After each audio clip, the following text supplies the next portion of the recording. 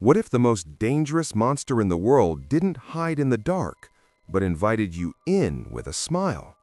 What if the horror wasn't just about losing your blood, but losing your soul, piece by piece? And what if the story that defined vampires forever wasn't just a novel, but a warning? Dracula is more than a book.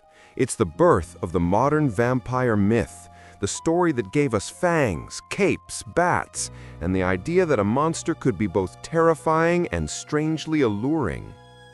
Bram Stoker, born November 8, 1847 in Dublin, Ireland, spent years researching legends of the undead. In 1897, he published Dracula, and horror literature was never the same. But Stoker didn't just give us a villain, he gave us a presence, a shadow that still follows us through pop culture, through Halloween costumes, through every vampire story told since. Picture this. A lone carriage rides through the Carpathian Mountains at night.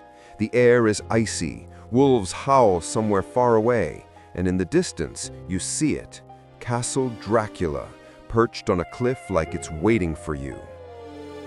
Inside, everything smells of cold stone and candle wax. The halls are long, echoing, and then you meet him, Count Dracula himself. He is tall, pale, elegant.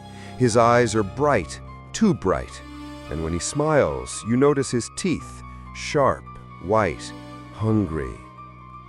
Our story begins with Jonathan Harker, a young English solicitor sent to Transylvania to help Dracula buy property in London. But as the days pass, Jonathan realizes something is very wrong. He is a prisoner. The castle seems alive, filled with whispers and strange shapes at night. And his host never eats, never drinks, never sleeps.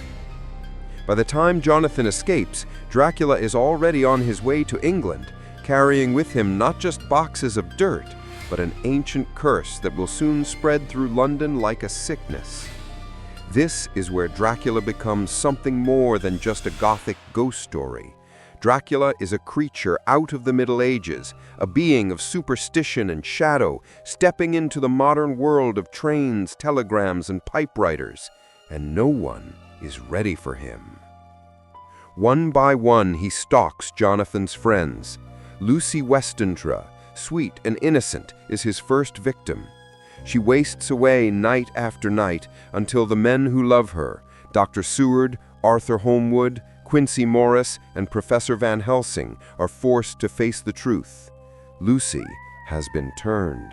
She rises from her grave at night, her eyes glowing red, her smile sweet and deadly, luring children into the dark.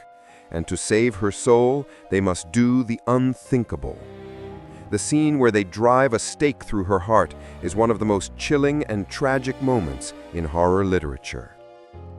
This is what makes Dracula so terrifying. He is both man and monster, both charming and cruel. When he drinks blood, he isn't just feeding, he's correcting, claiming, turning the holy into the unholy, turning love into something sickly and eternal. It feels like something bigger than just one vampire. It feels like death itself, wearing a man's face. From here, the story becomes a race against time. Jonathan and Mina Harker, Van Helsing, and the others track Dracula across Europe, piecing together clues, following his trail of coffins and earth. Each night feels darker, more dangerous. Mina begins to fall under Dracula's influence, and the group fears they may lose her too. The chase ends where it began, in the mountains of Transylvania, with the heroes battling Dracula's loyal followers as the sun sets. In the final breathless moment, they strike him down, and just before he dies, his face softens, almost peaceful, as though the man he once was has been set free. Dracula isn't just about monsters. It's about fear of change, fear of desire, fear of losing control. Dracula represents everything Victorian society tried to keep hidden: lust, disease, rebellion, the old world creeping into the new. and that's why he has lasted for more than 125 years. Bram Stoker's creation gave birth to a legend that would become a global obsession. Without Dracula, there would be no Nosferatu, no Bela Lugosi in the 1930s, no Christopher Lee in the 1960s, no Interview with the Vampire, no Twilight. Every time we tell a story about a vampire, we are really telling Stoker's story again, about power, seduction, and the price of immortality. Close your eyes. Listen to the wind over the Carpathian Mountains. Somewhere, a wolf howls. Somewhere, a bat's wings beat the air. And in that moment, you might wonder if Dracula is really gone, or just waiting for nightfall to return. If you loved this trip into the shadowed halls of Castle Dracula, give this video a like and share it with someone who loves Gothic horror.